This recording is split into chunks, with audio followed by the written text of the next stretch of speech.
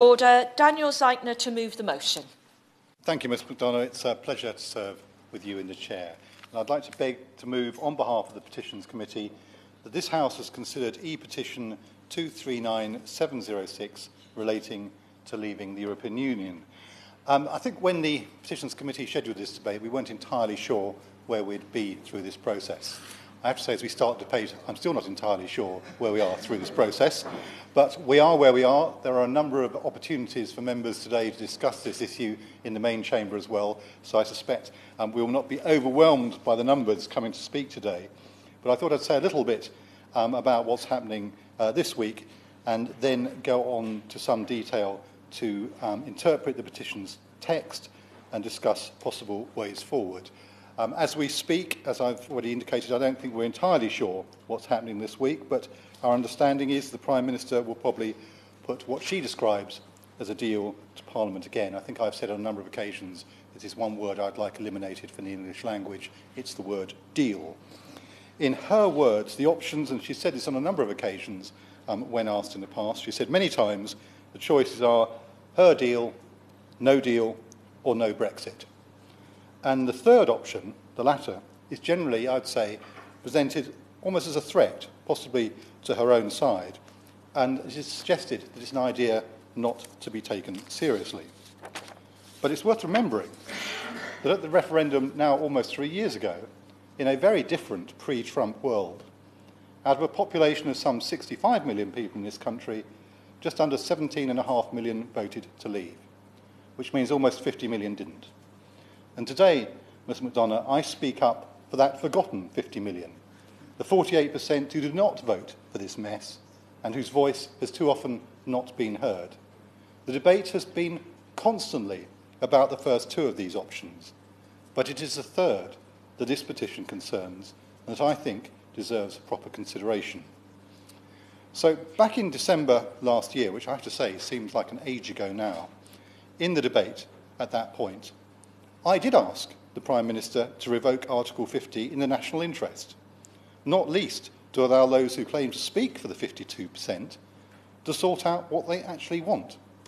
Now, she told me at the time that revoking Article 50 means staying in the European Union. Well, I and many, many others are just fine with that. So this petition, and I believe it now has over 135,000 signatures, including over 1,100, it will not surprise you to hear, from my own constituency, Cambridge. It calls on Parliament to, quote, revoke Article 50 if there is no Brexit plan by the 25th of February. Ms McDonough, the 25th of February was 2 weeks ago, and yet we still do not appear to have a plan which can be agreed by the House.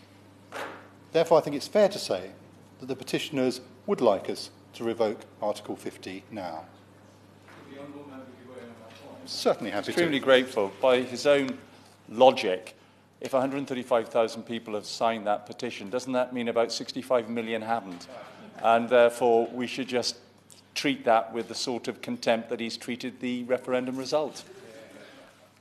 I do not treat the referendum result with contempt. It's hardly been able to escape our attention that it's dominated our lives for the last 3 years. But I would say that the Petitions Committee should be treated with respect, and 135,000 signatures on a petition is not to be disregarded. Now, the petition text reads as follows, or continues rather, and it says, on the 25th of November, both the UK government and the European Union came to an agreement on the proposed departure from the European Union.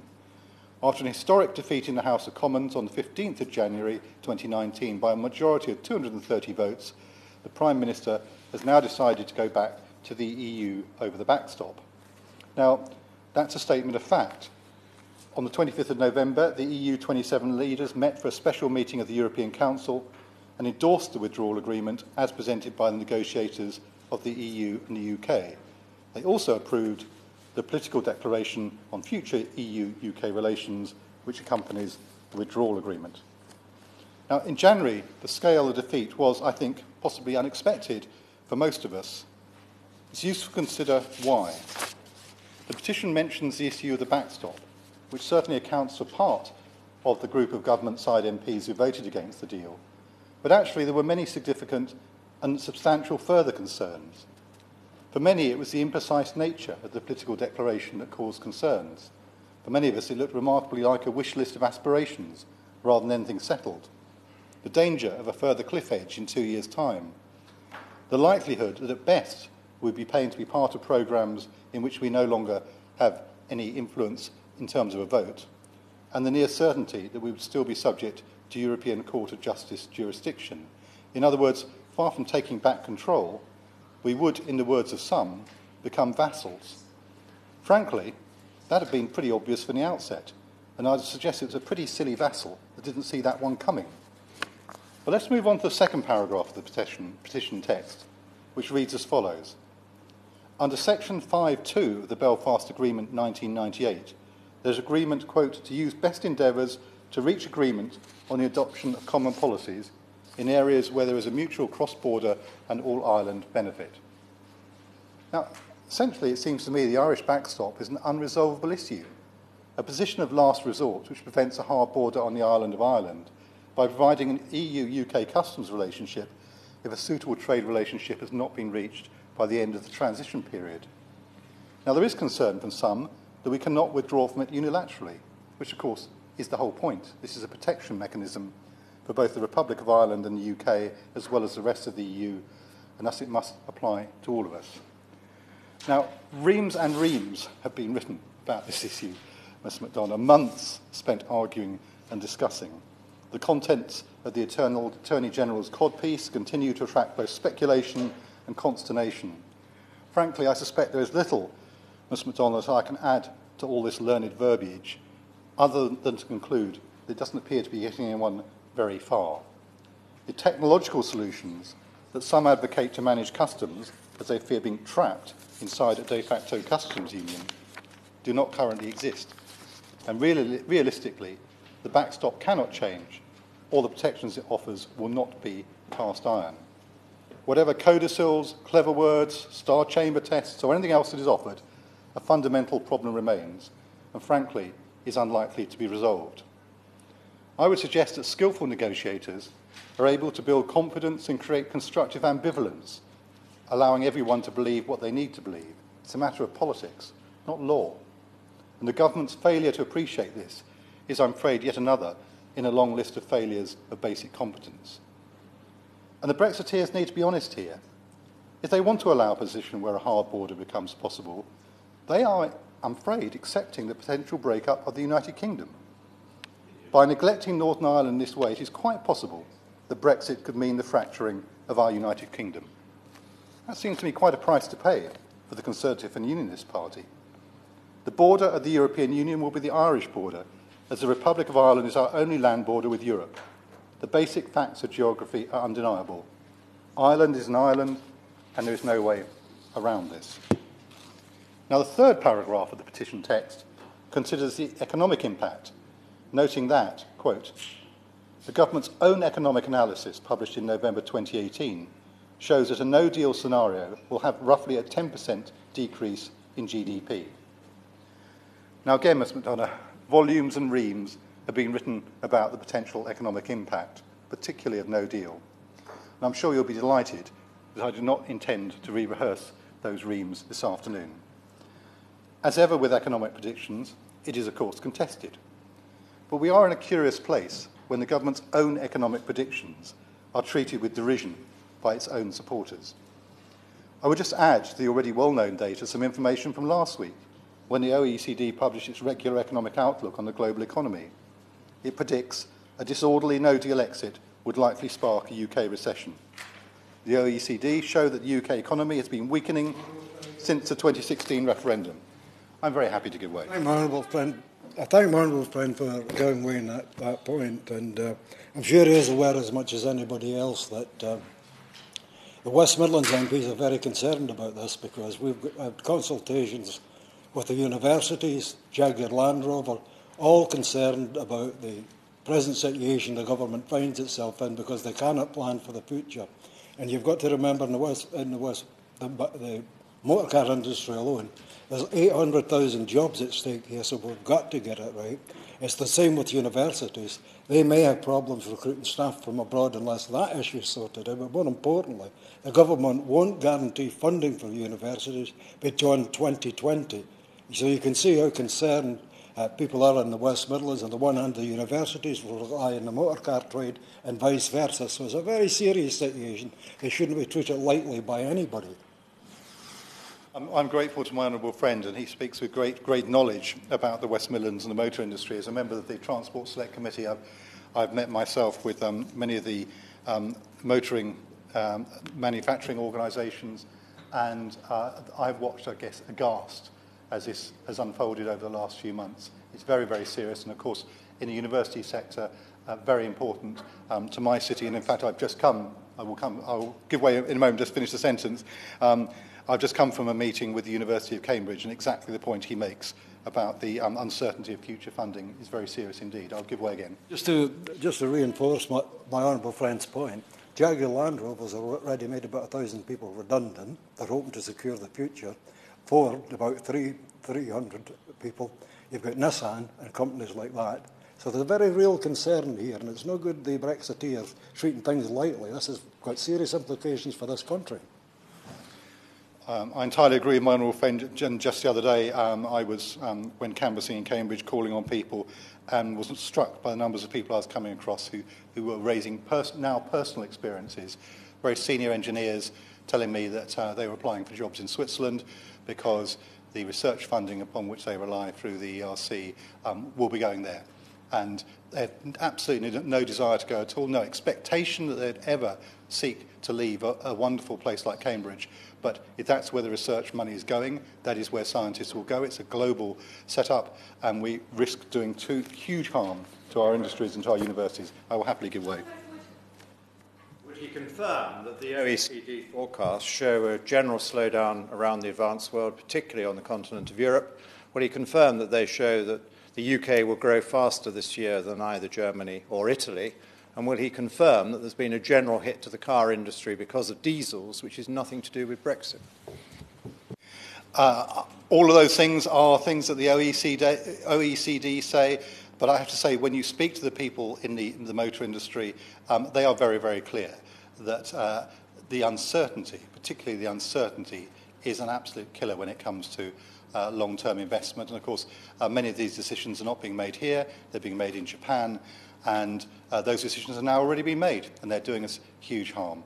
So, although, of course, there are a whole range of factors, it is hard to imagine that this kind of instability would not be causing problems to our industries and universities. So, the government's no deal impact assessment, published 2 weeks ago, stated, quote, food prices are likely to increase, and that customs checks could cost business £13 billion a year. £13 billion a year. So these are extraordinary sums of money. I've just come from an event where our maintained nurseries are facing closure for a fraction of that account. Why on earth are we doing it? It said, the government's report also said the worst hit areas economically in a no-deal scenario would be Wales, losing 8.1%, Scotland, losing 8%, Northern Ireland, 9.1%, and the North East, 10.5%. I think it gives no comfort to those of us in the West Midlands and the East that we're marginally better, but by not much.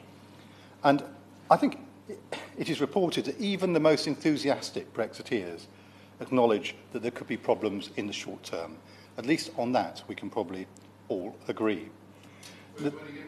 I certainly will. I'm very grateful to the honourable gentleman giving way.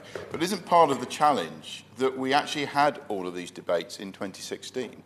And the fact is that despite all of the doom and gloom of the economic predicted outcomes of voting to leave, they all proved to not materialise. And most people chose to ignore that and had the courage to vote on the basis of sovereignty, and re-rehearsing the economic arguments doesn't seem to be having any effect on the views of the British people at all.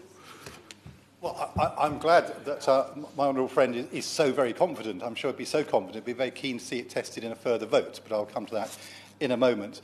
And I think what is very clear now, 3 years on, is one of the good things that's come from this process, Ms McDonough, is we all know so much more than we knew 3 years ago, not just in the country, but in this place as well. And of course, what has become increasingly clear as people begin to actually lose their jobs and as the people of Cambridge begin to up and go elsewhere, is it's no longer about possible projections, it's about what is actually happening on the ground. Let me do the petitioners the tribute of finishing their petition before going further. The petition in its final paragraph finishes by explaining a view, in their view, from the European Union on the deal and the backstop. They say, the issue is that the EU have firmly stated that they will not reopen negotiations with the UK over the agreement and remove the backstop. Ms McDonough, one of the most dismal aspects, I think, of the last 3 years has been a consistent failure on this side of the Channel to understand how any of this looks from outside. The narrative of the evil European Union trying to punish Britain has, of course, been carefully burnished, and by some pursuing the Brexit cause and their friends in certain newspapers, and will certainly continue to be promoted vigorously. And of course, the European Union had their own interests and will fight for them. Why wouldn't they? They have plenty of problems of their own to worry about, though. And I think they've always been pretty clear that they would rather we hadn't decided to leave. But they have also been consistent and clear in their arguments. They've seen no workable solutions to the backstop issue from the UK and have implored us to suggest something that would actually be fit for purpose. But there's not been any mechanism suggested by the government that provides strong enough protections on the island of Ireland. So it can hardly be a surprise that there is so little progress. So what I'll try and do is bring these 4 paragraphs together and essentially summarise the petitioner's case, which I take to be as follows: that there have been years of work by officials, politicians, campaigners and more, which have led to the withdrawal agreement and political declaration. But despite all that work, it was still overwhelmingly rejected by the House of Commons.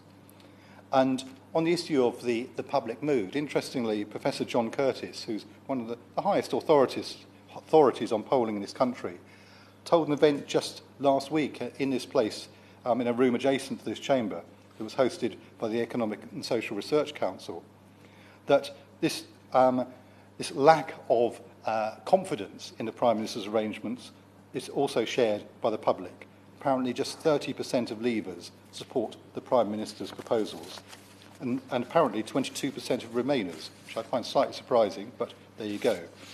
The 1988 Belfast Agreement absolutely must be respected, and I think that creates a near insoluble problem on the island of Ireland if the Prime Minister is going to continue opposing a UK-EU customs union. A no-deal option is economically highly dangerous, and the EU will not move any further, given they feel they've already made substantial concessions and the Prime Minister refuses to change her red lines. So that, in substance, is the case being made by the petitioners. You'll note this has been a very brief account of some of the most complicated and contentious issues that this place has dealt with in many, many years. Many hours have, of course, been devoted to arguing about every aspect. I think before the debate started, we reckon the Petitions Committee has already brought 6 such debates, 6 or 7 debates, to this chamber. And I've chosen not to re-rehearse every argument in depth, because, as I say, I'm not sure that it would add that much value.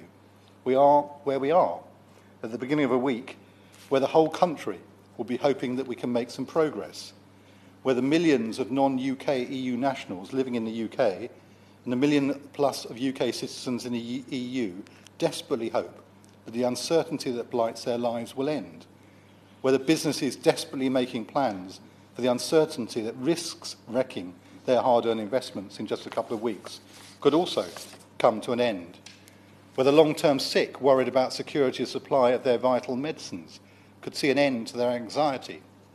All that and much more could be done this afternoon, this very hour, if the government were finally to listen to the 48% who voted for something achievable, rather than those who voted for a very wild and sometimes imprecise set of aspirations. So in conclusion, Ms McDonough, this petition, in my view, sets out a compelling case.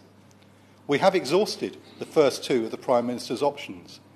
The deal is dead, completely rejected by Parliament, and a no-deal exit would be irresponsible, plunging the country into chaos and hitting the most vulnerable hardest. The logic then follows that we go for what the majority of the country now wants. And if that is disputed, then I say, put it to the test. Have the vote on the work that the Prime Minister and her ministers have done. To finish with the Prime Minister, finish with her, not finish her, her deal, or no Brexit. Frankly, it's no contest. Simples. Revoke Article 50 now and let the country move on. The question is that this House has considered a petition 239706 relating to leaving the European Union. Sir John Redwood. Thank you, Ms McDonough. The public listening in to this and similar debates cannot believe that this Parliament so lacks confidence and courage that 2 years, 8 months on from the great people's vote, it is still considering, forgetting the impact of that vote, it is still considering ditching Brexit altogether. The public are saying two things to us. They're saying, get on with it. And the majority who voted leave are saying, what part of leave did you not understand? Leave voters deeply resent the way in which too many members of Parliament and smart commentators look down at them and pretend that they didn't understand what they were doing, that they didn't know what they were voting for, or that they were in some way muddled about what their aims are. And once again, we've heard it from the honourable gentleman representing the petitioners. He says that we didn't know what we were doing and that it was all fanciful and we all had a mixed idea. We knew exactly what we were doing. We voted to take back control. We voted to take back control of our laws, our money and our borders. And that is exactly what this Parliament has to get on and do. Thank you for taking the intervention. I appreciate what you're saying, that we cannot possibly say that 2.5 years ago people knew precisely what they were voting for. When a few hours away from the vote, we don't know what we're voting on. Well, I know exactly what I'm voting on. I'm sorry the honourable gentleman hasn't prepared or read anything and doesn't understand what's going on. I am voting to leave the European Union. And the only way we can now leave the European Union, because of the way the negotiations have been mishandled, is to leave on the 29th of March without signing the withdrawal agreement and to offer a comprehensive free trade agreement, which I think, if there was nothing else on the table, the EU would be well advised to accept. If he wants to try again, I'll try again. Okay. I'm a haulier company. I've got drivers, the EMCT permits. The UK can give out 984 permits. There's about 11,300 applications. What are you saying to 90% of hauliers who cannot get permits? Is that just a minor detail? Well, the government will make sure that haulage will work. And, of course, that is something which the government can and will do. And I have every confidence that roughly the same number of lorries will come through Calais and Dover on the 30th of March as came through it on the 28th of March, and I'm sure it will work fine. And I know of no reason from the government why they would stop lorry drivers moving through Calais and Dover. I thank the right honourable gentleman for allowing me to intervene at this early stage, and I know it's not the normal thing, but I know he was just coming to the point where back on the 19th of December, the Commission issued a no-deal notice saying that lorries can travel as they do now until December 2019, and so there is no issue. Exactly, that was another way of putting my reassurance that, of course, things are going to work because it's in the interests of both sides that they work.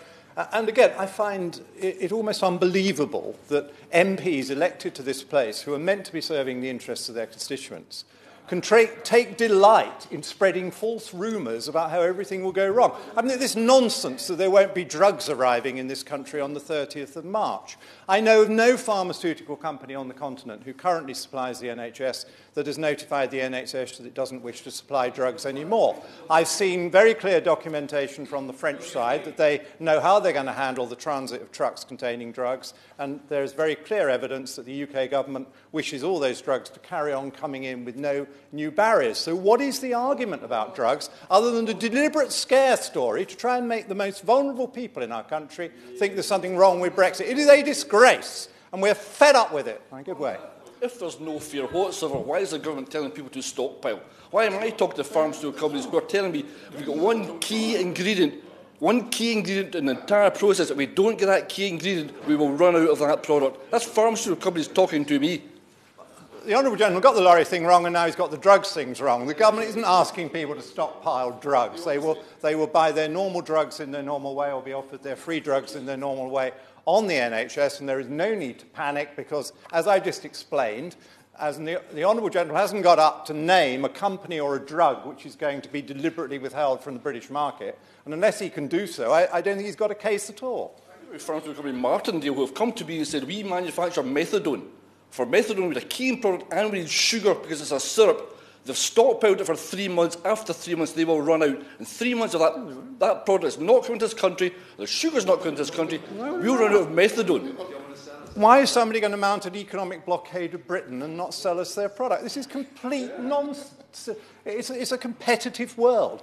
And when the scare stories were first put round that Calais was going to be blocked by deliberate action, I and others made inquiries, and we were told that Zeebrugge and Ostend and Antwerp and Rotterdam would love to have the business, and they were offering a very competitive offer against Calais, and Calais immediately said, no, of course we don't want to lose that business. And by the way, we still got the shortest crossing, so it should still be the easiest way, and we'd like to keep the business. It's, again, a malicious and unpleasant scare story. And that is why this Parliament is losing the trust of the public generally.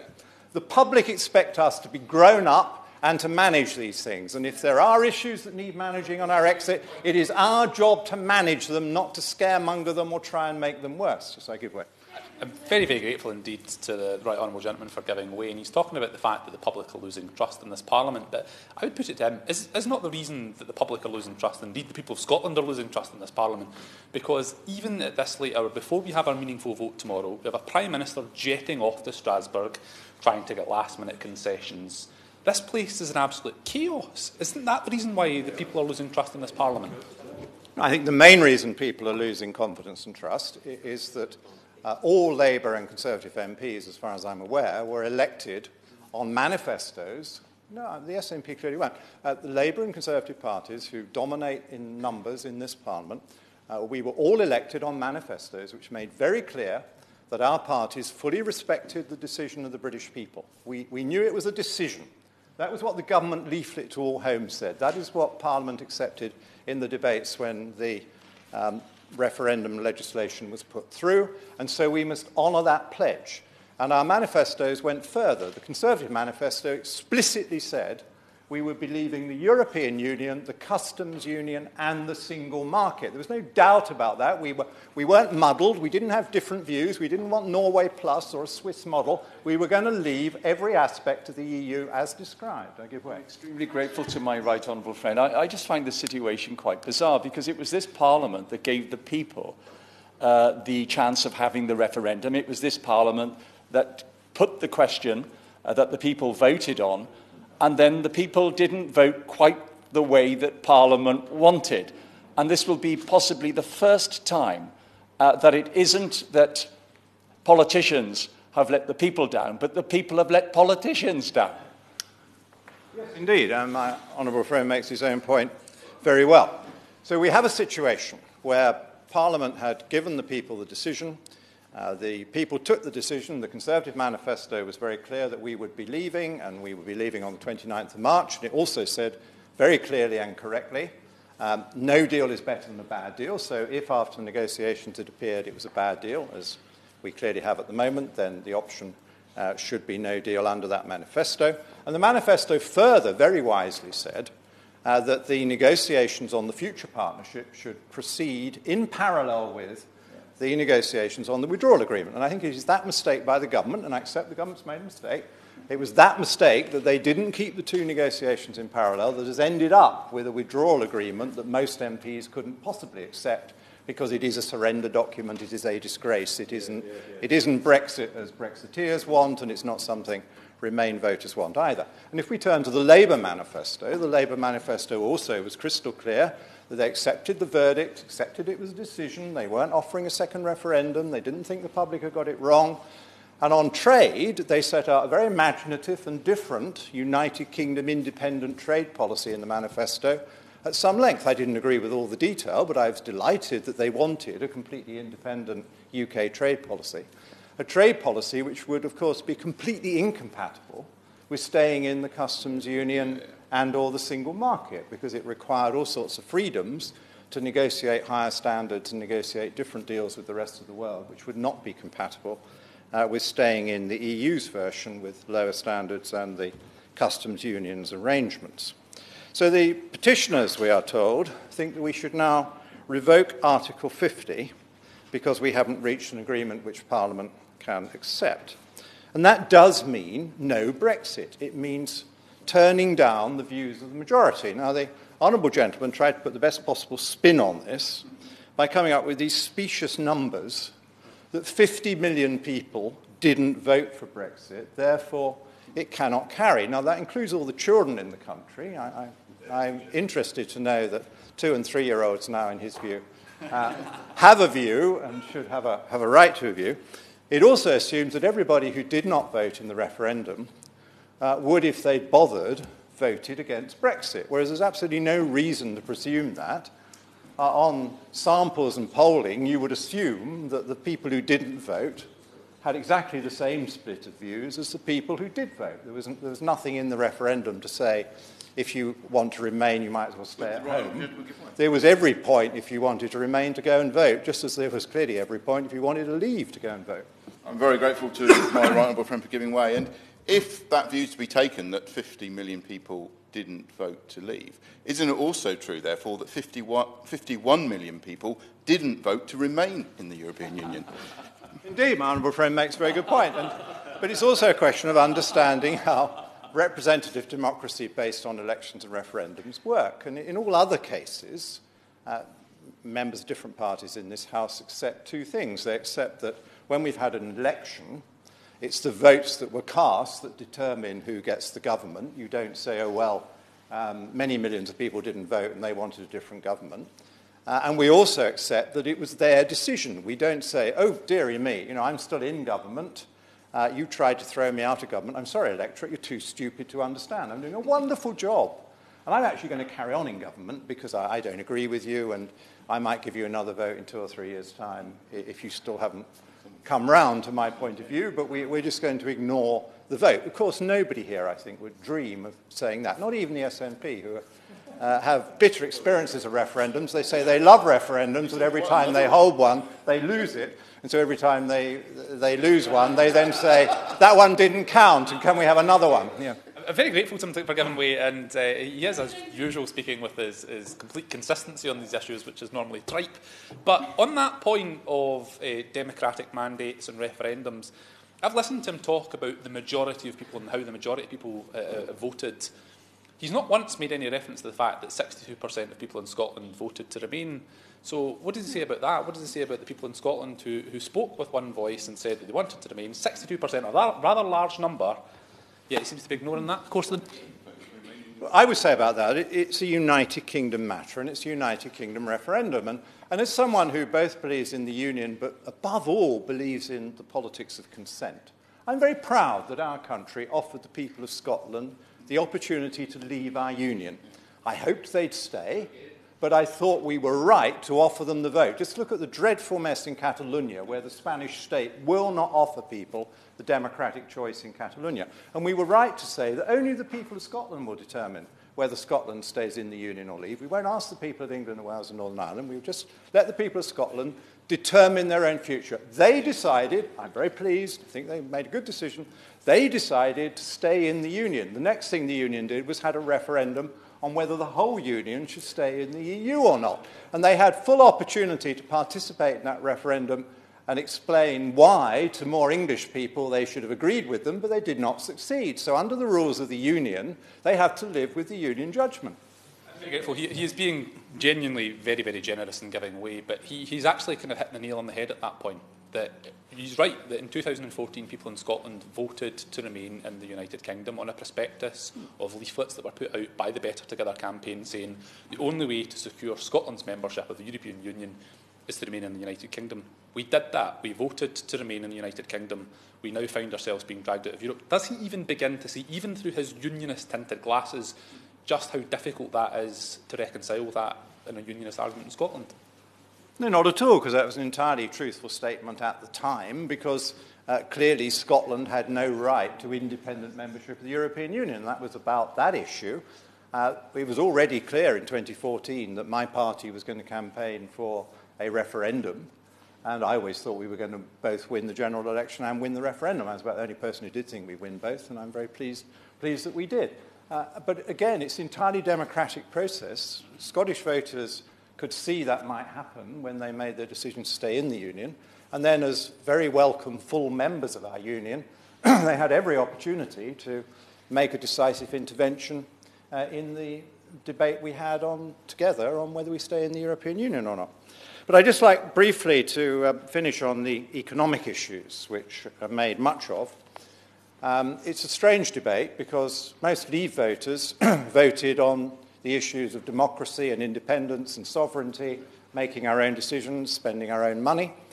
But I am one of those people as well who thinks that we would be better off by leaving the European Union, not worse off. And I have consistently argued this before and after the referendum.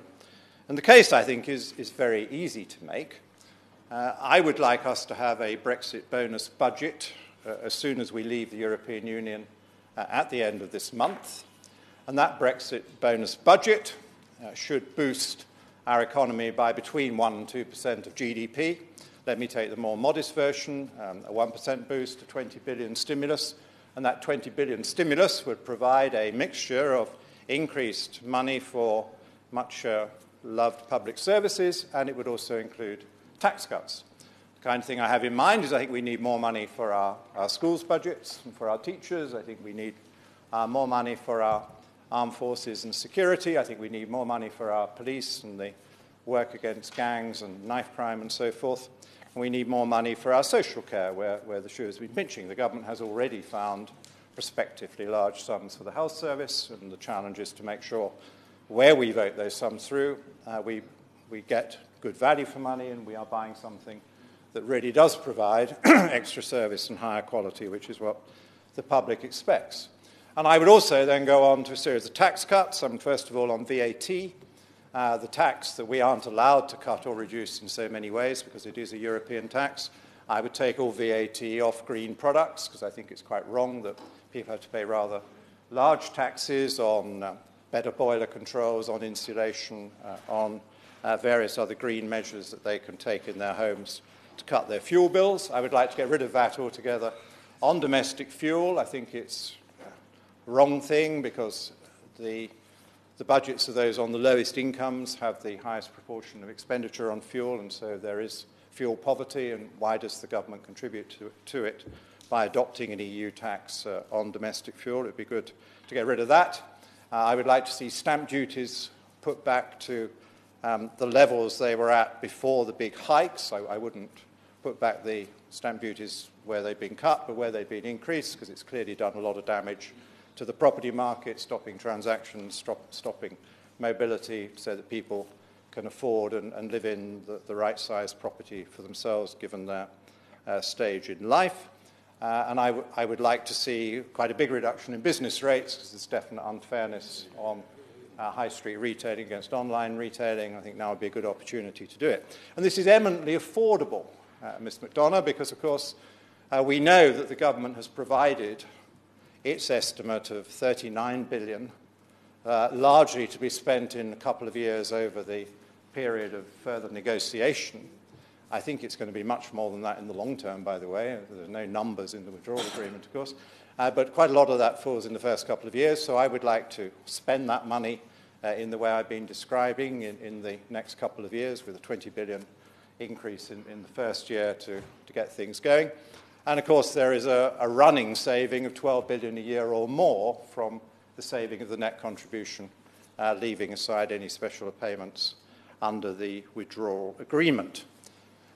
And the Chancellor has already let it be known, I think, that anyway there's been a big overshoot of his fiscal tightening, and so we see that we're borrowing far less than he was expecting to, so he's got a bit of leeway. We may learn more about that later this week. But putting that all together, the package I'm suggesting here is very modest, but it would give a very welcome improvement to our public services and quite a good economic boost through targeted tax cuts, so that I would see our GDP being up in the first year after we left the European Union rather than down on what it would otherwise have been. Just very, very briefly, thank you for your patience. I'm just curious how you're going to service a national debt of £1.7 trillion with all those tax cuts.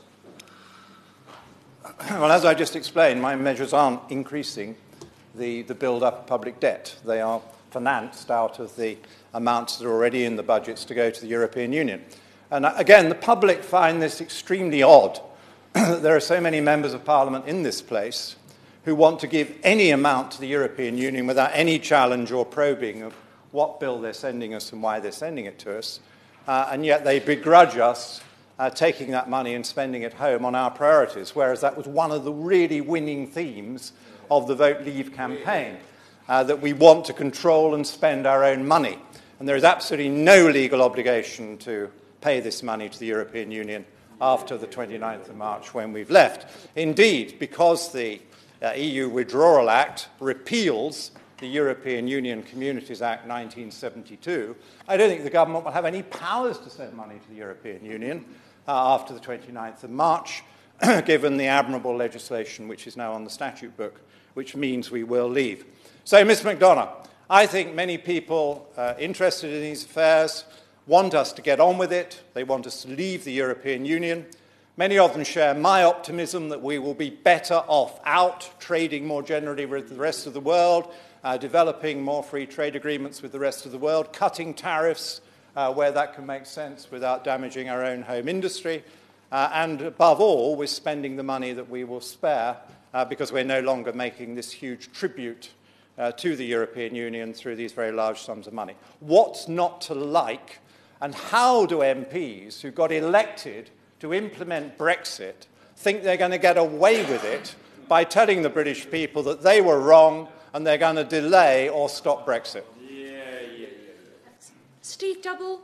Thank you very much, Ms McDonough, and it is a pleasure to speak in this debate, and thank you to my fellow member of the Petitions Committee for opening it. And whilst I fundamentally disagree with the premise of this petition, I can absolutely understand some of the frustrations that people feel, because I will admit that there have been many times over the last few months when even me, as someone who absolutely is passionate about us leaving the EU, has wondered whether it wasn't just all too much hassle, too difficult, and actually just saying, well, let's call the whole thing off, might not be the easiest course of action to take. But I believe if we did that, we would be fundamentally wrong and making a huge and damaging mistake. Because I believe it would be hugely damaging to our democracy for us to reverse and seek to undo the democratic decision that the British people made in the referendum in 2016. Because this House was absolutely clear at that time that we were giving that decision to the British people in that referendum, and that we would carry out the instruction that they gave us. And I believe if we do not deliver on that commitment, we will be further damaging and maybe even for a very long time destroying the last bit of trust that there is in this place and in our democracy. Because I think we would all accept that trust in politics is at a pretty low ebb at this time.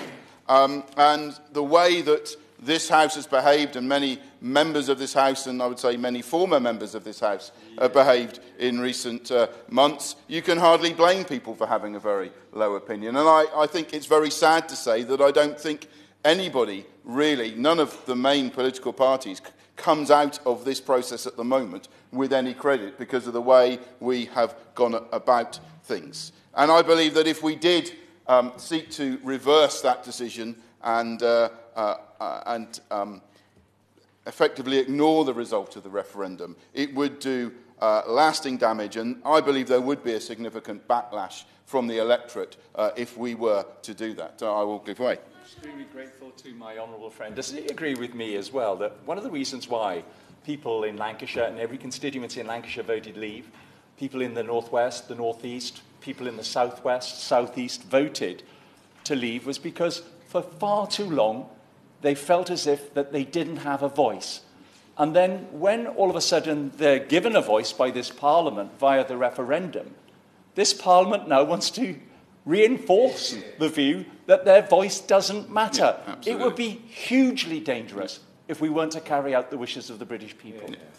I'm very grateful to my honourable friend for that intervention, and I'm not sure he's been looking at my notes because that was the next point I was going to make, but he's made it very well for me. That the fact is there were many thousands of people up and down this country, particularly in some of the parts of the country that he highlighted, who voted for the first time in their life, or certainly for the first time in a very long time, in that referendum, for the very simple fact they felt that on this occasion, because it was a nationwide referendum, their vote would count and their voice would be heard. And I think it would be an absolute denial of that if we do not deliver on that referendum.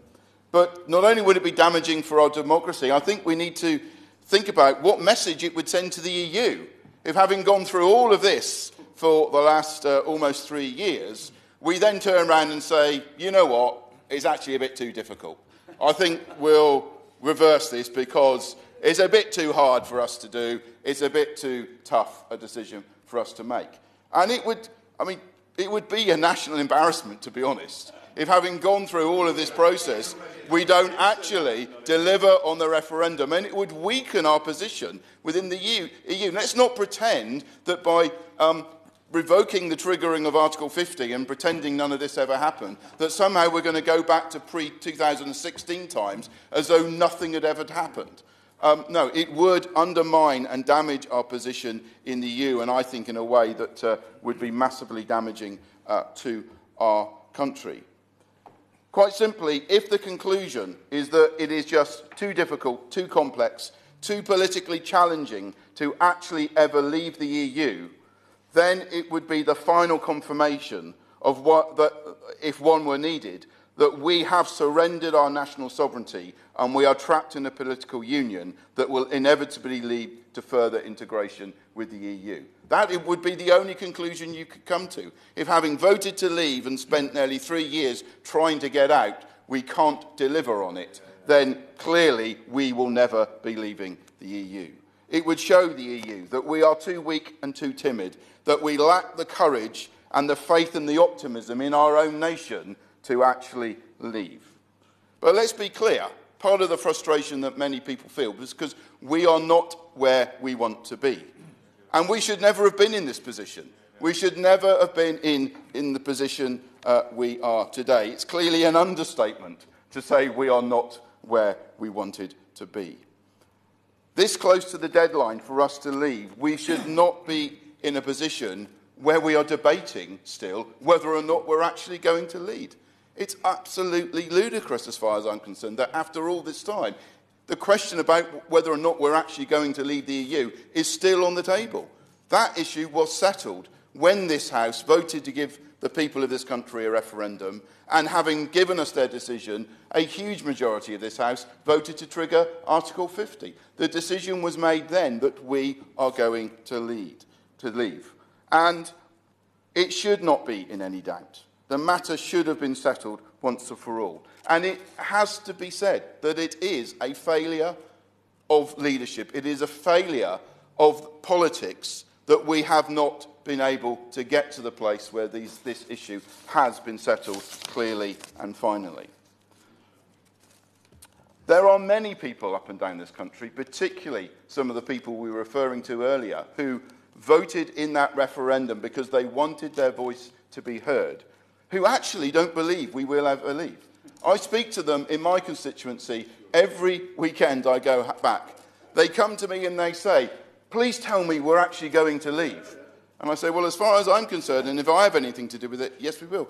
And they go on to tell me where they genuinely believe that we are in the midst of an establishment stitch-up that will somehow find a way to ignore the referendum result, find some clever parliamentary shenanigans to undo the result of the referendum, and we won't actually leave. There are thousands of people across the country who think that. And I think if we prove them right and we actually allow Brexit to not happen, we will just reinforce their view, and it would be hugely damaging to our society. I'll happily give way. The honourable gentleman's constituents are aware, because I'm sure that many of mine aren't, that under the withdrawal agreement and the political declaration, our defence and intelligence will be subordinate to Europe after 40 years of us trying very hard to stay out. I mean, are we not a tier one military power? We have some of the best intelligence services in the world, and now we're signing up to, I quote, EU defence to the extent possible under EU law. I mean, this is a massive change. It mortally threatens our relationship with the United States and damages Five Eyes. Honourable member who didn't have the decency to arrive when the debate started is making an intervention and not a speech. Can you get to the question? I was asking if he agreed with me that the Five Eyes and our relationship with the United States are mortally threatened, and the British people don't realise this. I am very grateful to my honourable friend for that intervention, and I am deliberately trying to avoid getting drawn into a debate about the withdrawal agreement, because I'm not sure that that's what this debate or this petition that we're here to debate is actually about. But I think he makes a very good point, that there are many serious concerns about the context of the withdrawal agreement, and he highlights one around defence and security, that I believe my fundamental problem with the withdrawal agreement is that it actually puts our country in a worse and weaker position than we currently are. And that is why, as it currently stands, it doesn't have my support. Part of the problem, I believe, is that this house, this place, has been gripped by fear. There are far too many people in positions of responsibility in this place and in the government who seem paralysed by the fear of the unknown. And let's be clear, that's what part of this is about. Part of the argument that says we don't know what Brexit is going to mean. Yes, that is the point. We don't know, because we are breaking free from the security blanket of something we've belonged to for 40 years, and you cannot answer every question. But do you know what? The British people had the guts, the courage, and the faith in our country to vote for it anyway, and I will give way to my friend. I'm incredibly grateful to my honourable friend, and he is a friend, for giving way. But is not that the point? And I reflect on my experience in 2014 when we had the Bank of England, all the establishment figures he is currently railing against, telling the people of Scotland how difficult things would be when they break away from that security blanket. Does he not understand there's a bit of an inconsistency in that argument? I'm grateful to my honourable friend for intervention, but no, there isn't. Because despite all of those arguments, a majority of the people of the United Kingdom had the courage to vote to leave anyway. And that is exactly the point. And you have to ask the question, what has gone on in our politics today when it appears to me that the average voter in the United Kingdom has more courage, more faith, more confidence, more optimism in our nation's ability to get through Brexit and make it successful and for our nation to thrive than the political leaders, the business leaders and the establishment in this country. I ask myself, what has gone on that is the place we find ourselves in today? That the British people have more confidence in our country than many of our leaders. If I could just paraphrase what you're saying there, the people of Scotland did not vote yes in the referendum in 2014 because they were cowards. What I'm saying to the honourable gentleman is that those who promoted leaving the Union clearly didn't make the case well enough that sold that positive message to enough people to get them to vote for it. And that's what happened. Whereas in the European Union referendum, clearly that did happen. I will give way. Well, I think also the truth is that the independence movement in Scotland didn't want to be independent because they wouldn't say they would have an independent currency and they didn't say they would leave the European Union, whereas we really do want to be independent, and that's why we won. It is well documented that I have not been the biggest fan of our Prime Minister through this process. And I do believe there have been many mistakes that have been made that have led to us being where we are today. Many mistakes such as not having a clear negotiating position to start with, allowing the EU to dictate the timetable and the nature of the negotiations, and not preparing early enough properly for a no-deal Brexit, to name a few. And it is clear that we could have done so much better, and we could have been in a better position with better leadership. But I'm also very clear that not all of the blame rests with the Prime Minister. There are many members of this House and of the other place, and I would say former members of this House, who have played a part in undermining her position, her negotiating position, almost every step of the way. And it is every one of those who must share the responsibility for us being in the position we are today. It's quite clear now that we've had members of the Cabinet and other senior members of the government who have publicly and vocally said they support the government's position, which has been that no deal is better than a bad deal, while crossing their fingers behind their back the whole way. Because when it's actually come down to it that might happen, they've made it clear that they don't support that position and they threaten to resign if it happens. Well, you know, that in itself is enough to undermine trust in our politics. When you find that people have gone along supporting a government position, supposedly, only to find out they didn't really mean it. I will happily give way. Because does he agree with me as well that when we go into a negotiation, any negotiation, being able to walk away makes your position stronger?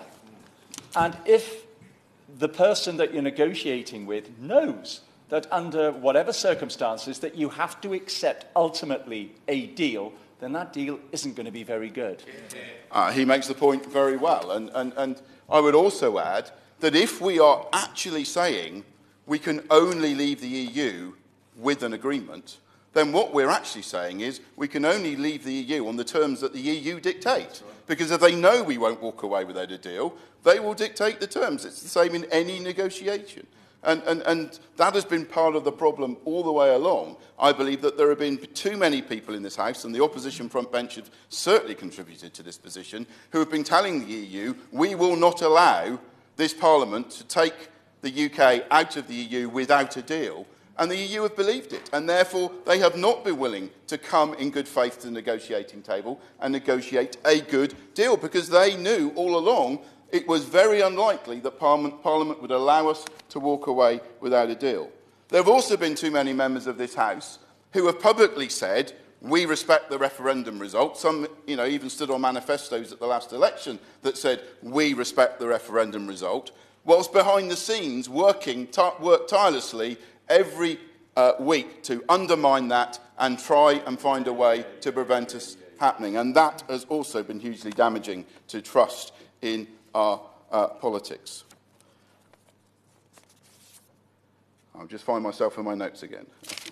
I believe we will only find out in years ahead, when all of this is over and the history books are written about this period of time, exactly how damaging those who have sought to undermine the Prime Minister's negotiating positions really have been to our country. Because I believe it's been hugely damaging and largely contributed to why we are where we are today. But it will only be once the history books are written that we will really understand all that has gone on behind the scenes, all that has gone on to try and give the message to the EU that we will stop the UK leaving if we can, any way that we can do so. And that has been massively damaging to us getting a withdrawal agreement and a future deal that this House is able to support. I will just give way. Thank you very much. Would the honourable member agree with me that part of the problem was also that at the outset of this, the UK government stated nothing's agreed until everything's agreed. And had we gone to the table and made some debate and arranged anything, that would have built a working relationship between us and the EU 27, which we would then have built on and implemented and then fine-tuned closer to this date. We started off at the wrong foot and we've stayed there for 2.5 years.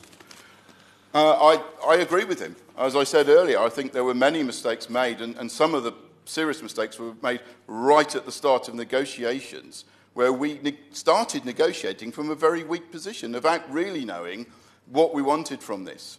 And the point he makes, applies to that category, that we should have been much clearer and much stronger.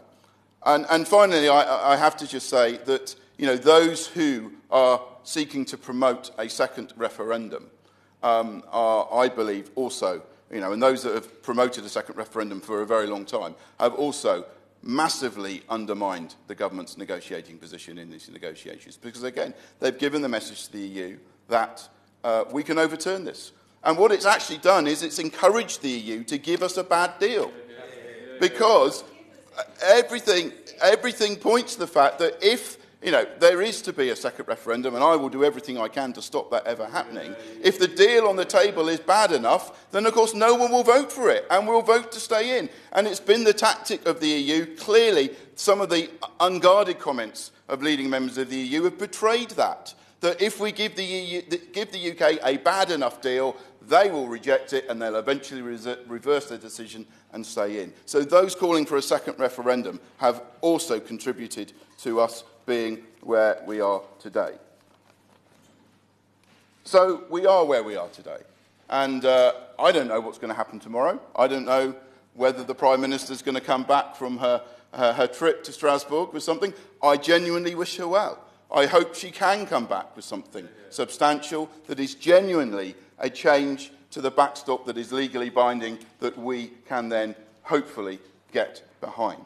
I really hope that happens. But even if that doesn't happen, I believe it is absolutely imperative that we leave the EU on the 29th of March, as we voted for and as we have time and time again said we will do. And in just my final point, everyone talks about uncertainty. Let's be clear that what most businesses, virtually every business I talk to, say uncertainty is the thing that's killing us. We would rather know what's going to happen, even if it's something we don't particularly like. We would rather know and have certainty than drag this out for months or years to come. And any extension of Article 50, all it's going to do is prolong the uncertainty, prolong the agony, prolong the debate with no clear answers for business. And that's where I have come to the conclusion that unless the Prime Minister can get something substantial in changes to the backstop, then the only answer to deliver on the referendum result, to keep our commitment to the British people and to deliver what people voted for, is to leave on the 29th of March with no deal, and that is what I will be working to achieve. David Linden. Thank you very much, Ms McDonagh. As ever, it's a great pleasure to serve under your chairmanship. I begin by thanking those who initiated the petition, which has secured over 130,000 signatures, including many from my own constituency of Glasgow East. And our thanks must also go to the Honourable Gentleman, the member for Cambridge, who very eloquently opened today's debate. I've got the displeasure of summing up this debate on behalf of the SNP today. It's been quite unusual. It does feel like I'm in a kind of ERG support group meeting at the moment, having listened to some of those speeches. But we have had some excellent contributions, firstly from the Honourable Gentleman member for Cambridge, who spoke very passionately in favour of the European Union. He also reflected in his experience of representing a university town, and there's no doubt whatsoever that our universities are going to be worse off as a result of us pulling up the drawbridge and adopting this isolationist approach that the Brexiteers seem to advance. We also had an incredibly consistent, if anything, speech from the Right Honourable Gentleman, the member for Wokingham, who outlined his almost kind of fantasy-like budget if he was in the Treasury. I think the unfortunate thing for him is that his party has definitely moved away from that. I was struck by the fact that he was speaking quite rightly about investing more in social care. What he omitted to mention in respect of social care is we have an ageing population, and the idea that we'll have people to look after those folk, that ageing population, when we limit free movement of people. I'm not necessarily sure that's been factored into his economic analysis there. My honourable friend, the member for St Austell and Newquay, who, as a friend of mine, spoke about us turning into a national embarrassment. I just rather fear that that point may have passed us already. The fact that we are taking out we're having legal action taken against us for contracts for a ferry company with no ferries. It strikes me that we may just already have arrived at that point of national embarrassment, and I know that that's a view that's perhaps shared even by Brexiteers. So the clock is, of course, ticking towards leaving the European Union in just 18 days' time, and I've got to say, I cannot believe that this close to Brexit, we are still in a stage where we don't know what's going to happen. I find that incredibly embarrassing when I speak to my constituents. It's no doubt that even as a Remainer, I find it quite embarrassing going round my constituency and explaining to folk that we still don't know what's going to happen. And people look to me as a Member of Parliament and say, oh, well, you must know what's happening because you're in the House of Commons. The reality is that the vast majority of us today are still getting our information on Twitter about when the Prime Minister is flying to Strasbourg, when we might get updated legal advice from the Attorney General, when or if at all we might have meaningful votes this week. And I think that is actually the national embarrassment. That's what brings this place into disrepute. Very happy to give way to my friend. Latest Twitter update is there will be a statement tonight in the House at 9 p.m. and Ian Douglas-Smith is saying we may have reached a point where it might be an agreement and we will keep an open mind. Well, I'm very grateful to him for that update at 17:34. Of course, if that update is expected at 9 o'clock, it may have changed a couple of times, so I won't take that with a complete pinch of salt. But the Prime Minister has spent the last 2 years trying to placate her own party whilst its members peddle the almost impossible visions of a post-Brexit future to the public. Now, after the referendum, we in the SNP attempted to extend an olive branch and said that we would back a deal that offered to keep Scotland in the customs union and the single market. But that deal, as the Right Honourable Gentleman, the member for Wokingham, has said, that fell on deaf ears. And instead, the Prime Minister has opted instead to lead the country towards the hardest of Brexits, simply in order to pursue her personal vendetta against immigration. And she has done so without a plan or a roadmap of what Brexit will actually look like, instead going round with these meaningful words like Brexit means Brexit and I'm going to make a success of that. And if you, Miss McDonagh, know what that actually means, then I would be delighted to know, because for the last 2.5 years we've been told Brexit means Brexit, but what does that actually mean? And so even with days to go, we still don't know what Brexit will look like. Indeed, the Lord's Energy and Environment Subcommittee heard last week that the government still has no idea if the UK can remain in EU food safety systems after Brexit. And yesterday, Simon Fraser, the former Foreign Office official, described that the current state of affairs as, and I quote, a shocking failure of our government and of our parliament and a national humiliation. And I got to say I couldn't agree more with that. Because the Conservative government in Westminster has shown that it is institutionally incapable of acting in the best interests of the Scottish people. And this chaos is without even touching on the effects that Brexit will have for Scotland, its people or our business community. As we know, and I've already outlined in a previous intervention, people in Scotland voted by 62% in favour of remaining in the EU, higher than anywhere else on these islands. But there are over 100,000 Scottish jobs estimated to be under threat from a no-deal Brexit. Now, the Right Honourable Gentleman, the member for Wokingham, quite often talks about economic analysis. That's analysis not from the SNP, that's from the independent Fraser of Allender Institute. They've outlined 100,000 jobs are at risk as a result of a hard Brexit. So very happy to give way. It's nice, Honourable Gentleman, to drop in on this. You're having a go at the Honourable Gentleman for Wokingham. Are you aware of his extremely distinguished career in finance and his knowledge of this, of economics? I am, unlike the Honourable Gentleman, I was here when the Right Honourable Gentleman was speaking in the debate earlier on. And I am indeed aware of the Right Honourable Gentleman's expert in finance and some of the advice that he's been giving people, including recently where he's advising them to take their money elsewhere. So perhaps if the Honourable Gentleman had been here at the beginning, I'm very happy to give way. And I hope you will withdraw that false allegation. No, I won't. I'll continue on with my speech.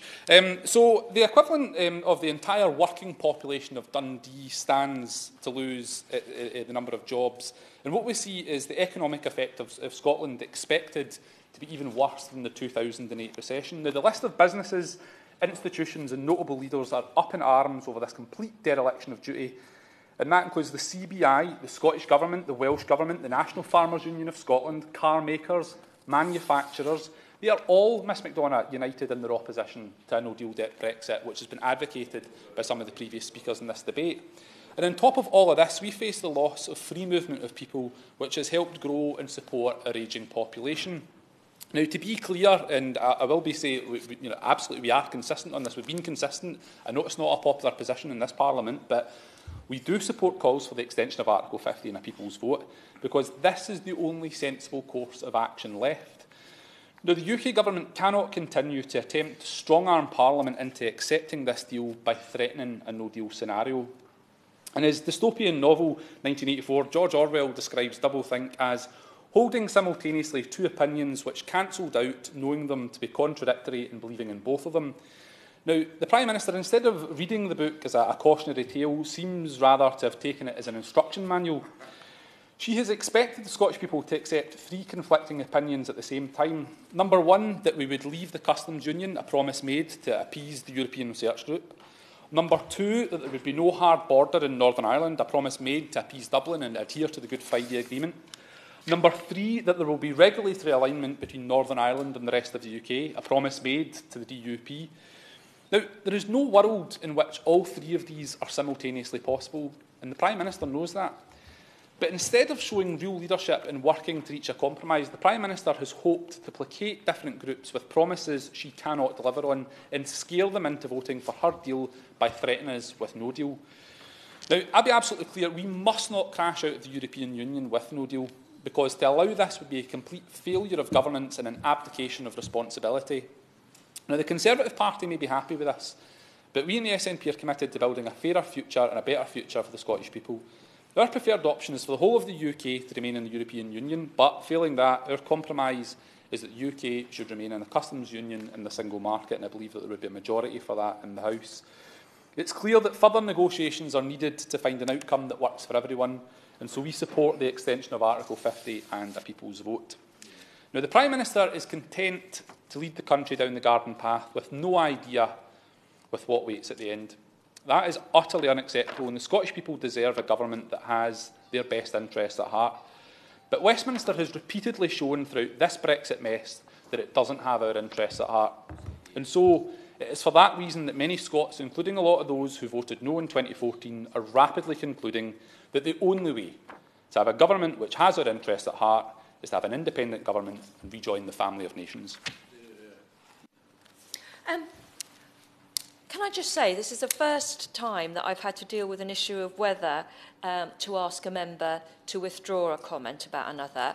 And so bear with me. I would ask the honourable member if he would make clear that he was impugning no bad motive in his comments towards the honourable member, Sir John Redwood. Can you clarify what it is I'm being asked to withdraw? As I heard it, your comments were that the honourable member, or the right honourable member, I'll seek clarification, had earned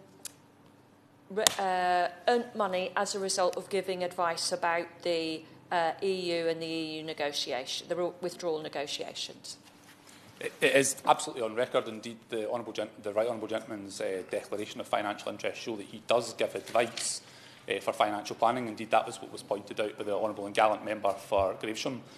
So I have remained on record as saying what is in the public domain already about advice that's been given by the right honourable gentleman, and I stand by those comments. Donna, I think at issue was the accuracy of the statement, and the honourable gentleman said that I am urging people to take their money out of Britain because of Brexit. I've never said that. It's completely false, and I wish it to be withdrawn. Does the honourable member withdraw his comments that the right honourable member has not advised, in his view, people to take their money out of Britain because of Brexit? I am not willing to withdraw those comments. Indeed, I'll be very happy to place a copy of the evidence in the library of the House before the close of business today.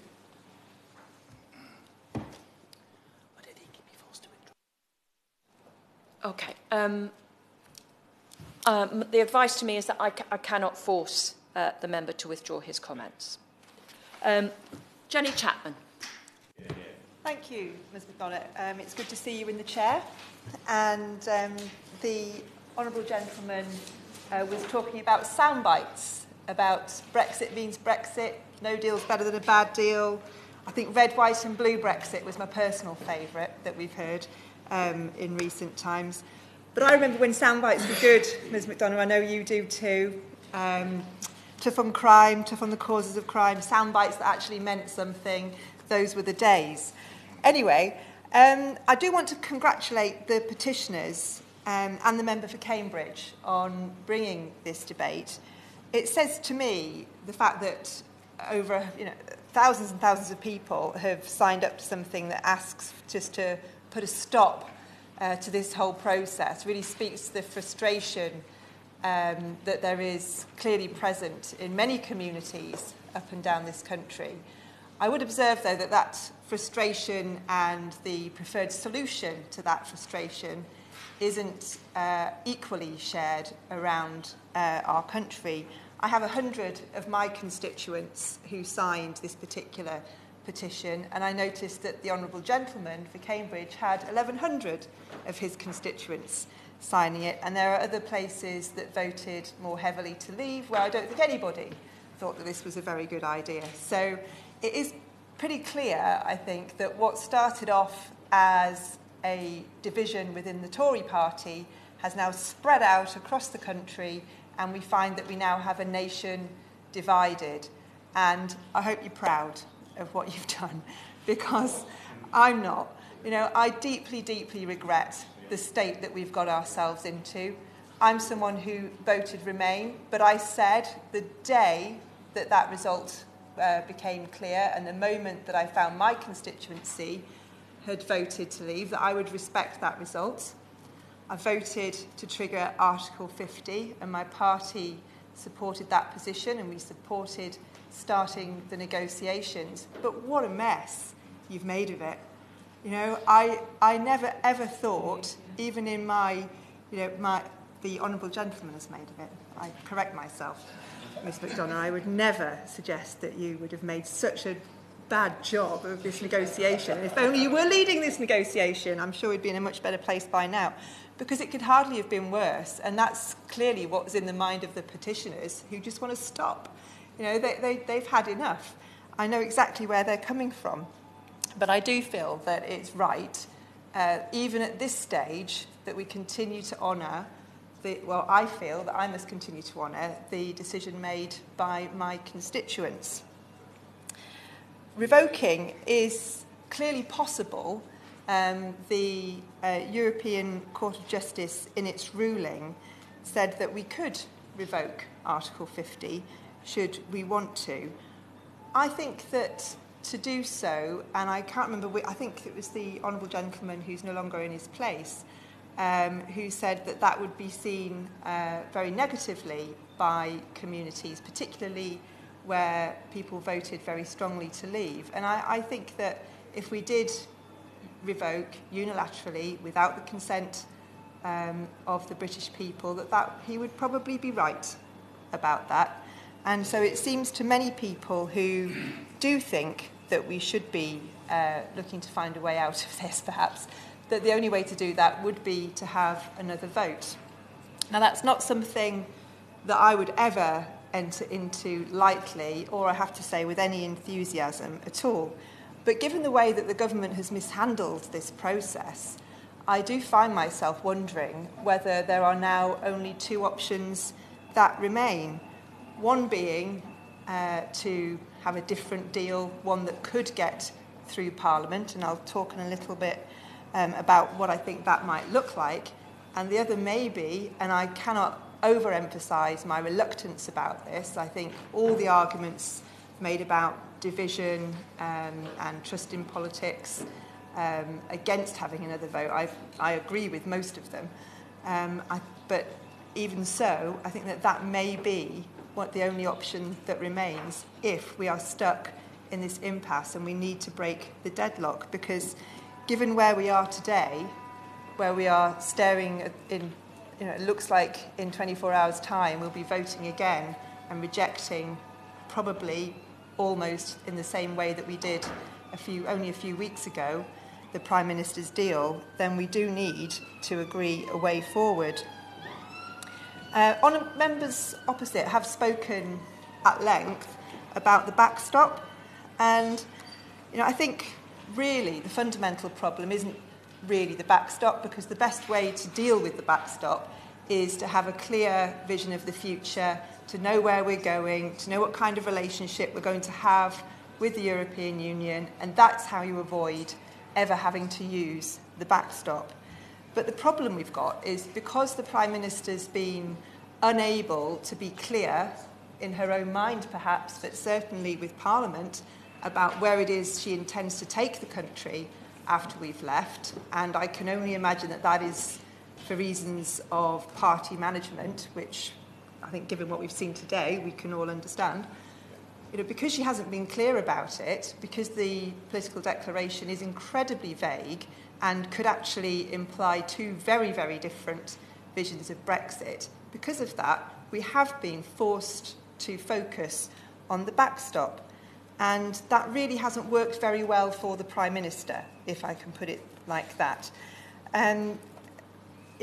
She's now having to try and negotiate something that she hopes will be legally binding, and she hopes will satisfy the needs of the Honourable Gentleman opposite. I mean, I somehow doubt it, but perhaps it will be a form of unilateral exit mechanism. Perhaps it will be an end date. I do doubt whether even if either of those could be somehow negotiated, that would do the job that she needs to have done, because we'd still be lacking this fully formed vision of the future direction of our country. And I just don't think that that's going to be enough for MPs to be able to walk through the lobbies and say, yes, we support this, because we do care deeply about what happens to our constituents. We all got elected on manifestos and promises that said that we wanted to make our constituents more prosperous, to secure their jobs, to bring more employment to our constituencies. That's what I said the 3 times that I've been elected to this place, and that's the promise that I would never, ever break. So will the Honourable give way? Of course I will. I might greatly appreciate your thoughtful speech, but I'd just throw this in. I mean, just because the political class have messed it up, does it really mean that we have to ignore the will of the British people and go back to them to get, what the political class think is the right answer? Well, it's not the political class that's messed it up. It's the Tory party that's messed it up, hasn't it? I don't think that you can even, somebody as unsympathetic to my side of the House as the Honourable Gentleman can lay this at Labour's door. Give way. I totally agree with you. I mean, it's an appalling spectacle to see Conservative MPs going against the will of their constituents. I quite agree with you. Well, I'm grateful that you agrees with me.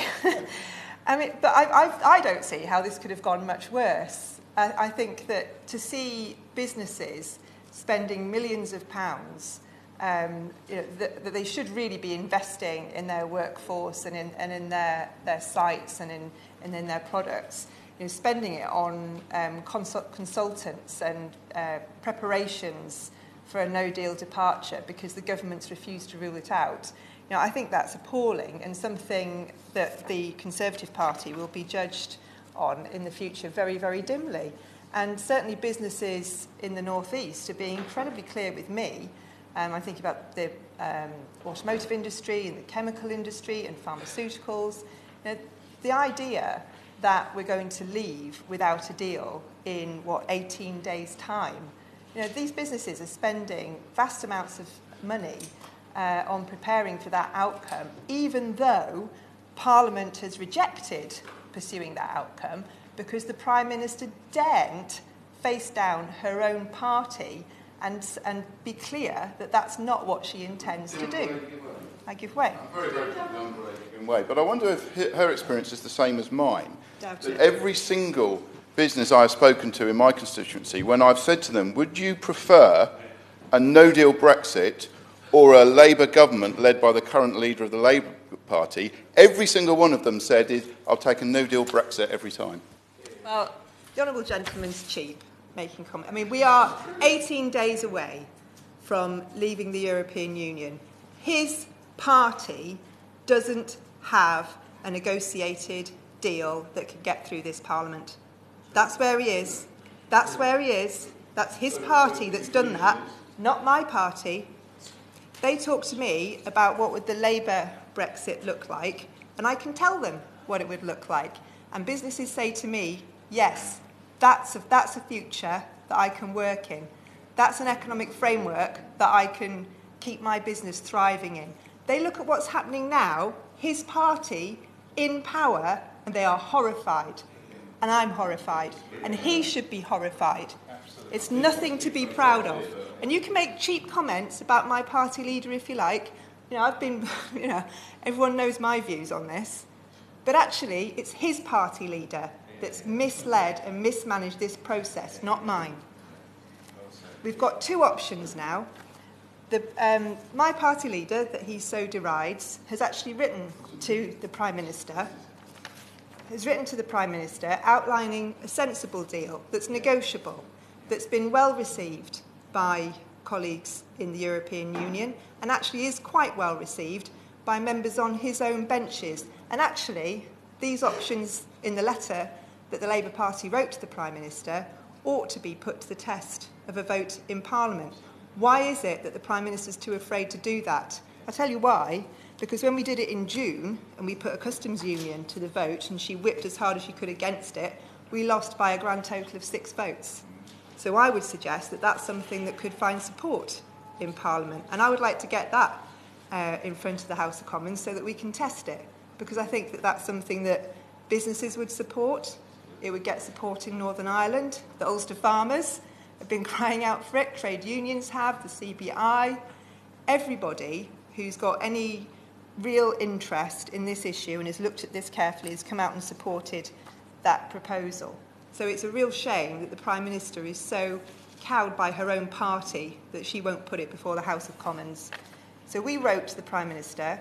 We asked for a comprehensive UK-wide customs union, close alignment with the single market, dynamic alignment on rights and protections, clear commitments on participation with EU agencies, and ambiguous agreements on the deal of future security arrangements. Now, the Honourable Gentleman for Wokingham is never going to agree with that. That's not his vision for Brexit, and I'm not standing here attempting to persuade him that it should be, because we've been here a long time. I accept that, and he's entitled to vote for a different vision of Brexit, absolutely, if that's what he feels is the right thing.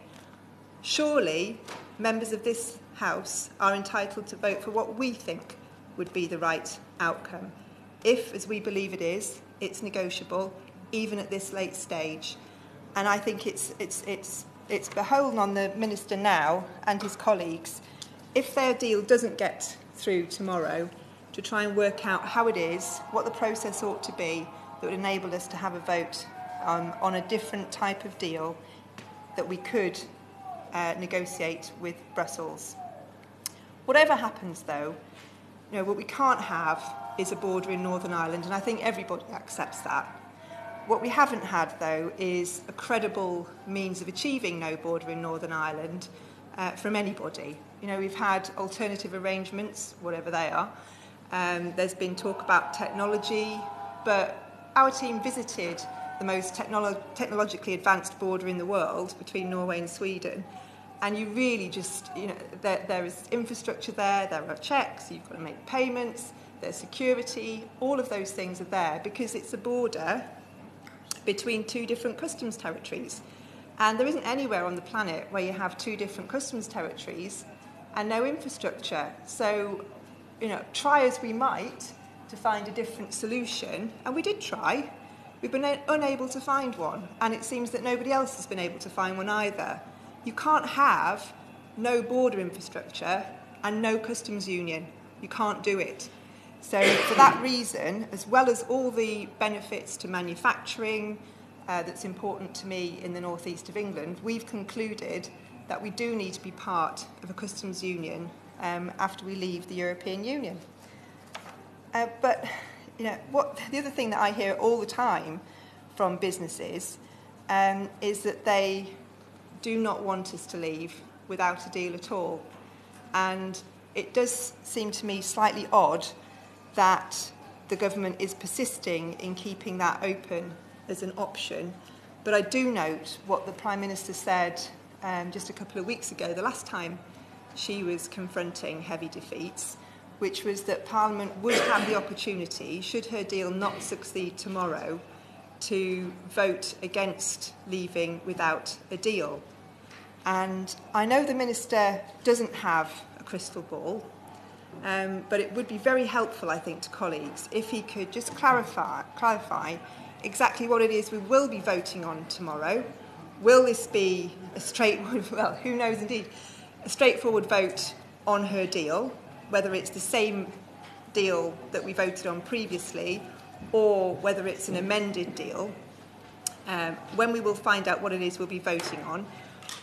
Will we be given an opportunity, if it is a different deal, will we be given an opportunity to examine that deal prior to the debate tomorrow? So when will that motion be laid? Will there be opportunity for colleagues to amend it?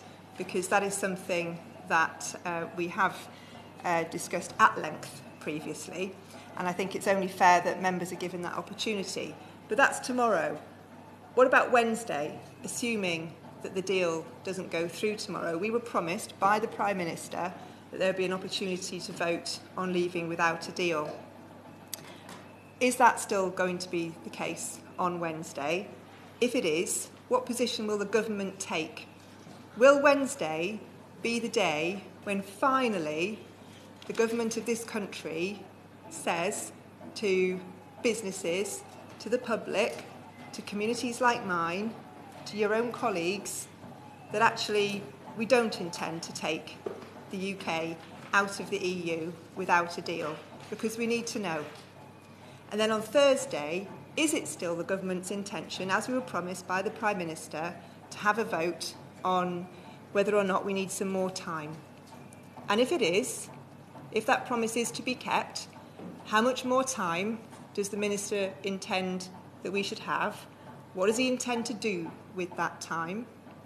And what form will that motion on Thursday take? Because I'm not asking the Minister to foretell very far ahead, just the next 3 days will do. We need to know what it is that we as MPs will be asked to make decisions on this week on behalf of our constituents, because these are the most important decisions that we will ever be asked to make. We were promised by the Prime Minister that they would be taken this week, but what we haven't had is any confirmation of that or any information about exactly what those votes will look like. I do think that the chaos that we've seen and the way that these negotiations have been mishandled and the situation that we find ourselves now in, just days away from the 29th of March, it's something that I'm embarrassed for Parliament that we've found ourselves in this situation. The blame can only be laid at the door of the Prime Minister, unfortunately, for the way that she has led this process. It falls to the Minister now, unfortunately. I know he's a decent person. I'll give way quickly, then I'll conclude. Very grateful. I think she's asking very good questions about what our business will be, but I fear our ministerial friend tonight can't answer it. We will probably find out later from the Prime Minister, who will be controlling these things. But before she sits down, she did say that she thought a second referendum might be a good idea.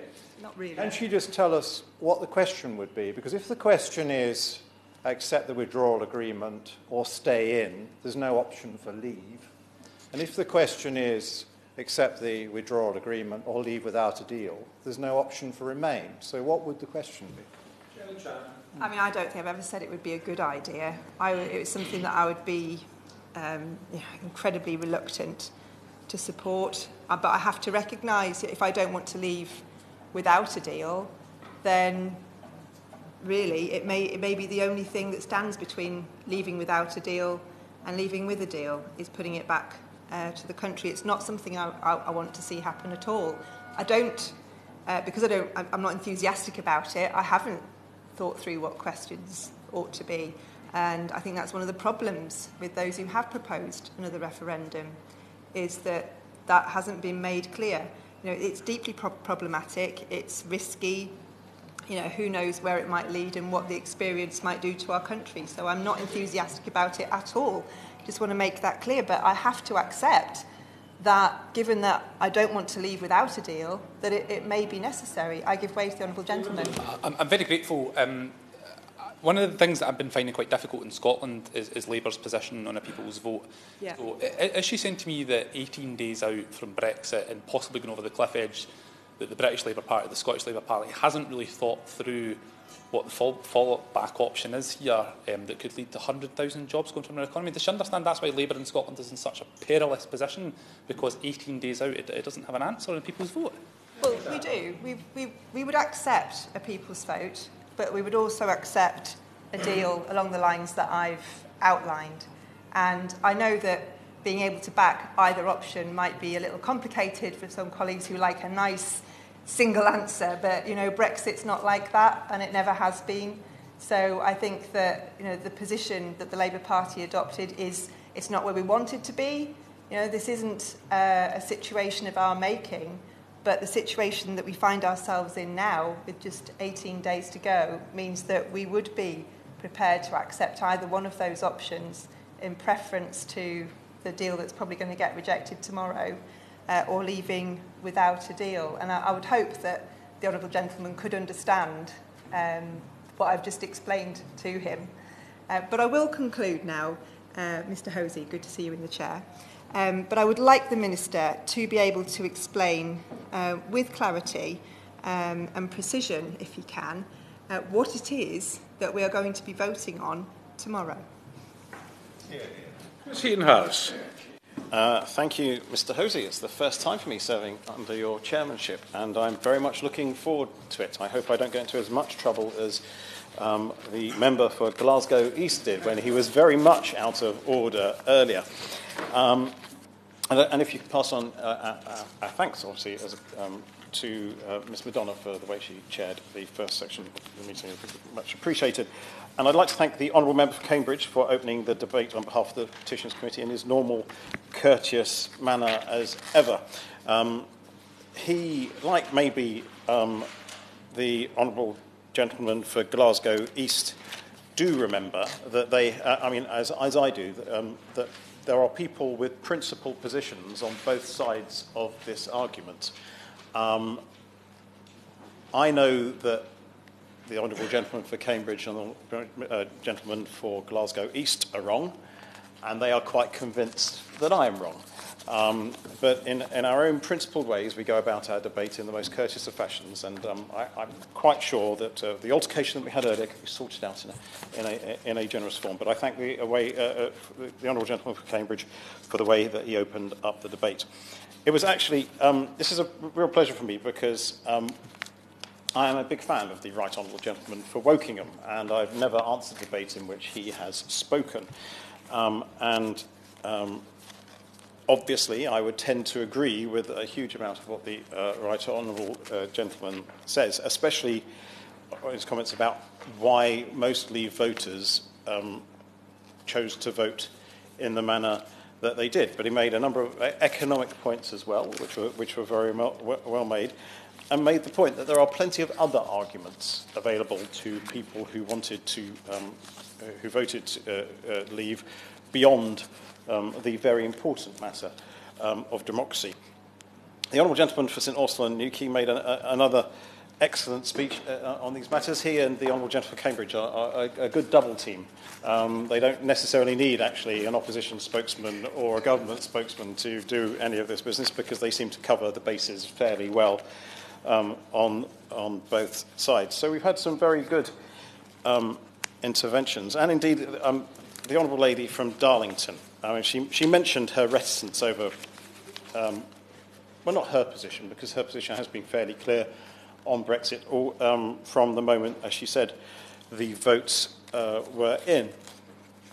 She's on the record as saying the public is in the Brexit driving seat. MPs won't block Article 50, and we shouldn't be planning a second referendum. That I'm not a populist, she said, but I'm respectful of the referendum result, as she did again today. If we ignore the referendum result, we deserve what we get, wipeout, she said. Support Brexit as a consequence of the referendum, she said, but Labour can influence the deal, but not if we are wreckers. By taking no deal off the table, that is exactly what Labour becomes. It becomes a wrecking party in these negotiations. And I know the Honourable Lady knows that. I would also like to congratulate the petitioners on the way on their achievement before completely disappointing them in my response, because it is quite something to get over 100,000 signatures for a petition. And we were talking briefly before the committee commenced about how many petitions there have been of a Brexit nature. This referendum has stimulated the Petitions Committee, tickled its tummy like no other subject, I'm led to believe, and probably will continue to in the forthcoming times. The petition is asked for revoke Article 50 if there is no Brexit plan by the 25th of February. Well, I suppose I could be pedantic and say that the Prime Minister has a plan. My right honourable friend for Wokingham has a plan. There is a plan called the Malthouse Compromise A, and there is a Malthouse Compromise B plan. The opposition, I think, have a plan of their own, although it does change rather. And so we're actually not short of plans at the moment. But what we're short of, Mr. Hosey, is a plan that can get the support of Parliament. So I could just answer the petition by saying there are plenty of plans about. But I won't, because I will nevertheless outline the position of the government, which the government continues to hold on the issue of revocation. It remains a matter of firm policy that we will not revoke the Article 50 notice, a position which the Prime Minister reminded the House of as recently as last week, where she stated, "I have been clear throughout this process that my aim is to bring the country back together. This House can only do that by implementing the decision of the British people." And let me outline some of the reasons that the government has chosen to take this position. Firstly, we will not revoke Article 50 because of the clear and decisive result of the 2016 referendum. In 2016, the government held a referendum on the question of our membership of the European Union. When we held that referendum, the government pledged to respect the result, whatever the outcome. As the Prime Minister has said in the House, Parliament gave the choice to the people. In doing so, we told them we would honour their decision. Almost 3/4 of the electorate took part in that referendum in order to have their say about the future of the United Kingdom in its relationship with the European Union. So almost 3/4 of the electorate, millions of British people, took part in that referendum with in the trust that their vote would count, that their voices would be heard, that their will, democratically expressed, would be respected. With that in mind, 17.4 million people voted to express to the government that their democratic wish was for the UK to leave the European Union. As I've highlighted a number of times before, and I repeat to my honourable and right honourable friends, this is the highest number of votes and the biggest democratic mandate for any course of action ever directed at any UK government. My honourable friends, right honourable friends, will be able to see if we revoke Article 50, we'd be breaking that trust that the British people have placed in their government when they cast these votes.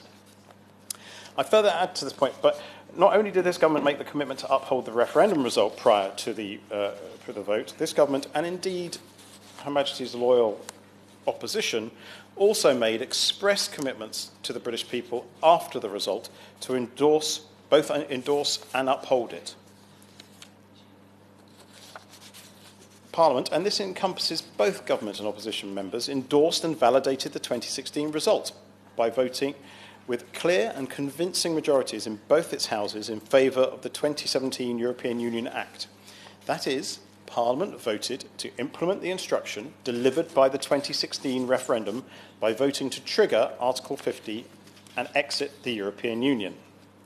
Next, members of both major parties stood for a general election in 2017 and were subsequently elected on manifestos that committed themselves to upholding the referendum result.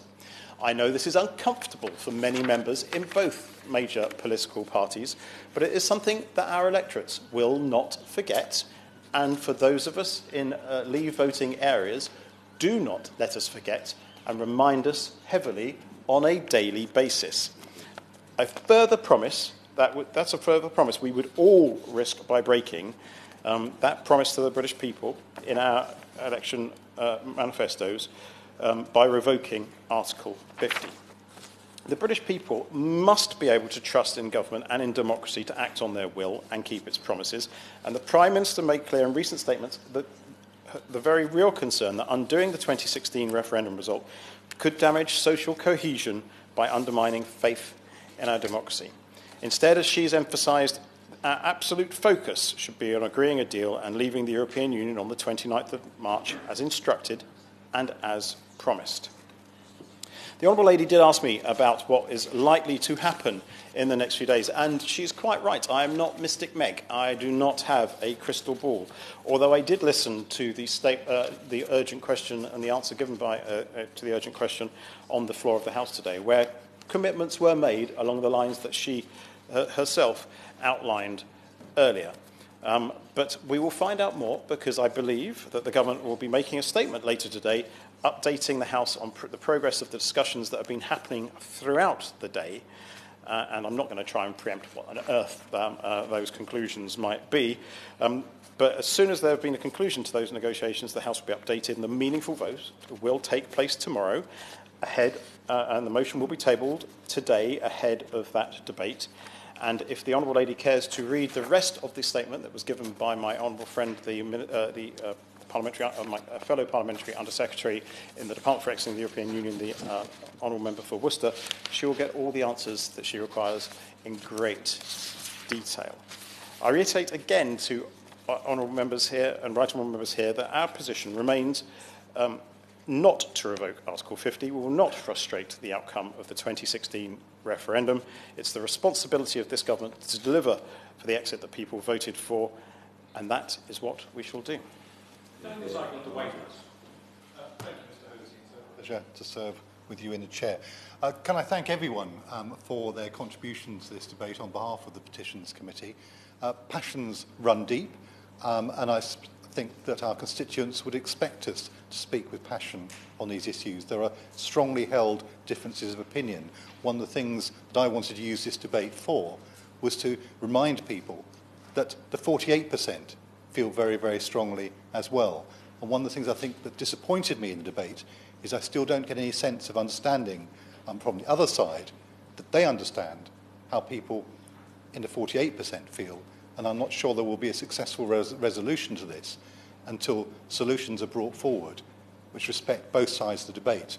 And on that note, I would say how very, very impressed I was with the contribution from my colleague on the shadow front bench. I think if the negotiations had been conducted in that spirit, with that care, we'd be in a very different place today. And could I just comment on the notion of getting on with it, which we frequently hear? I don't think people quite appreciate where we will be standing on March the 29th if we either go out with no deal or with the Prime Minister's deal. It won't be a matter of getting on with it, it'll be the start of it. We will be into an endless period of negotiation and rancour in the years ahead, and that is one of my great fears. And as for fear of the unknown, there's a reason to fear the unknown. It's sometimes quite sensible to fear that, and I'll just caution against a leap into the dark. And just finally, where I will slightly disagree with my friend on the front bench, it does seem to me that we have learnt so much more in the last few years that it is not unreasonable to say the position is now very different from where we were in 2016, and the sensible thing would actually go back to the people and ask them whether this is what they want. I don't see anything remotely undemocratic in that, and my guess is that is where we end up. The question is that this House has considered e-petition 239706 relating to leaving the European Union. As many as of that opinion say aye, of the contrary no. The ayes have it. The ayes have it. Order, order. The sitting is adjourned.